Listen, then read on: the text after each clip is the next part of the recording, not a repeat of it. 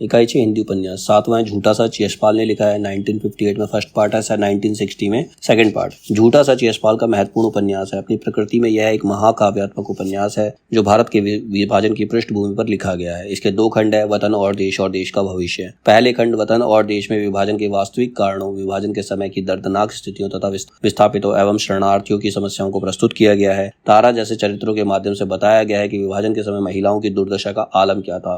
दूसरे खंड देश का भविष्य में आजादी के बाद की स्थितियां हैं, जिसमें एक और कुछ बुद्धिजीवी व नेताओं की प्रगतिशील भूमिका का चित्रण है, तो दूसरी ओर सूद और सोमराज जैसे उन तत्वों की चर्चा की गई है जो राजनीति और पत्रकारिता को शुद्ध व्यवसाय बनाकर भ्रष्टाचार व बेईमानी के माध्यम से समाज को लूटने में लगे हैं। इनकी तुलना में तारा, डॉक्टर नाथ, श्यामा पत्रकार, कनक तथा इंजीनियर नरोत्तम जैसे चरित्र भी हैं जो देश की आजादी का सम्मान करते हुए अपने दायित्वों के निर्वहन में ईमानदारी से जुड़े हैं।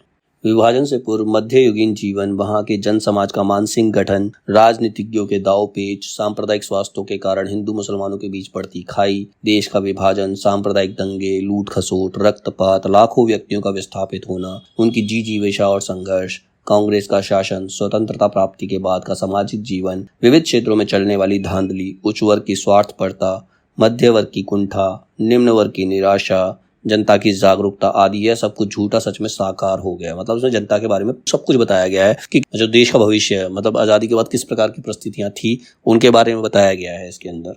झूठा सच में यशपाल ने देश विभाजन के लिए मूल रूप से अंग्रेजों को उत्तरदायी ठहराया। मतलब देश का जो विभाजन हुआ अंग्रेजों की वजह से हुआ, क्योंकि उनकी एक रणनीति थी फूट डालो शासन करो। वो मुसलमानों हिंदुओं को लड़वाना चाहते थे, उन्हीं की वजह से हमारे देश का बंटवारा हुआ। उनके अनुसार अंग्रेजों ने ही अपनी सत्ता के लिए हिंदू मुसलमानों में फूट डाली। झूठा सच में यशपाल ने देश विभाजन को आर्थिक संदर्भों में भी देखा है। आर्थिक मतलब जो हमारी प्रगति किस प्रकार की, हमारी इकोनॉमी कैसी थी, उसके बारे में उसके नजरिए से भी उसने देखा। लेखक की दृष्टि में यह पहलू सर्वाधिक महत्वपूर्ण है। देश विभाजन के मूल में आर्थिक कारणों की खोज करते हुए वह इस निष्कर्ष पर पहुंचते हैं, संपूर्ण पंजाब में हिंदू अमीर थे, ऊंचे पद पर थे, अल्पसंख्यक होने के बावजूद भी आर्थिक, सामाजिक और कुछ सीमा तक राजनीतिक सत्ता उन्हीं के हाथों में थी। लेखक का मंतव्य यह है कि विभाजन की त्रासदी का शिकार सामान्य लोग ही हुए, उच्च वर्ग के लोग उसका शिकार नहीं हुए। अब इसके प्रमुख पात्र जो हैं वो है तारा, जयदेवपुरी, कनक। तारा क्या है? मध्य वर्गीय किंतु प्रगतिशील सोच रखने वाली एक आम लड़की है। तारा ही विभाजन की त्रासदी सबसे ज्यादा झेलती है, सबसे ज्यादा दुख उसने झेले, वहां पर सबसे ज्यादा समस्याओं का सामना उसे करना पड़ा। फिर आता जयदेवपुरी, मध्य वर्ग का प्रतिनिधि पात्र है। विभाजन के कारण परिवार से अलगाव हुआ उसका, और आगे चलकर प्रगति करते हुए एक पत्र का संपादक होते हुए विधायक व कई कमेटियों का मेंबर भी वो बनता है। फिर आती कनक, ये संपन्न परिवार की प्रगतिशील सोच रखने वाली लड़की है, एक अच्छे अमीर खानदान की लड़की है जो सोच दूसरों के लिए भी रखती है, वो प्रगतिशील सोच है उसकी। जयदेव से वो प्रेम करती है और विवाह फिर संबंध विच्छेद, मतलब प्रेम करती है, शादी होती है, उसके बाद उनका तलाक भी होता है। ये तो इसके मुख्य पात्र थे। इसके बाद इसके कुछ सेकेंडरी पात्र भी है, गौण पात्र भी है। जैसे असद, ये लाहौर के कामरेड युवा कम्युनिस्ट पार्टी के युवा हैं। शीला राम ज्वाला की पुत्री है। डॉक्टर प्राणनाथ अर्थशास्त्र के प्रोफेसर है, यानी कि इकोनॉमिक्स से प्रोफेसर है। सोमराज आवारा युवक जिसका तारा से विवाह होता है। पंडित गिरधारी लाल, ये नया हिंद पब्लिकेशन के मालिक हैं। महेंद्र नैयर हैं, ये वकील हैं। करमचंद कशिश पैरोकार पत्रिका के मुख्य संचालक हैं। डोलू मामा, शरीफ भोला आदमी जो अकारण बलवे की बलि चढ़ जाता है।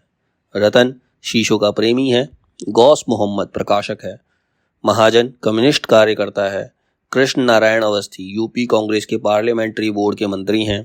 मेहर दंगे में भटकी तारा की साथी है। नब्बू तारा से बलात्कार करने वाले। हाफिज इनायत अली नब्बू के मोहल्ले के हाफिज हैं।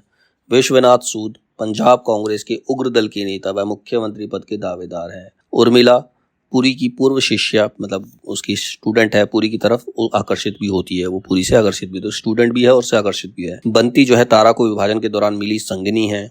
एसपी एडिटर डायरेक्टर सरदार पत्र।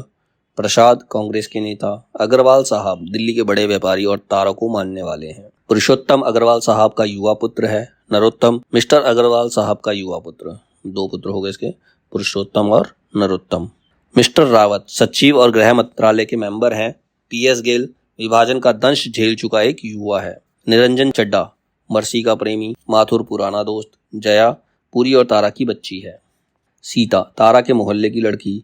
पूर्णदेई सीता की माँ। डॉक्टर श्यामा डॉक्टर और कांग्रेस की बड़ी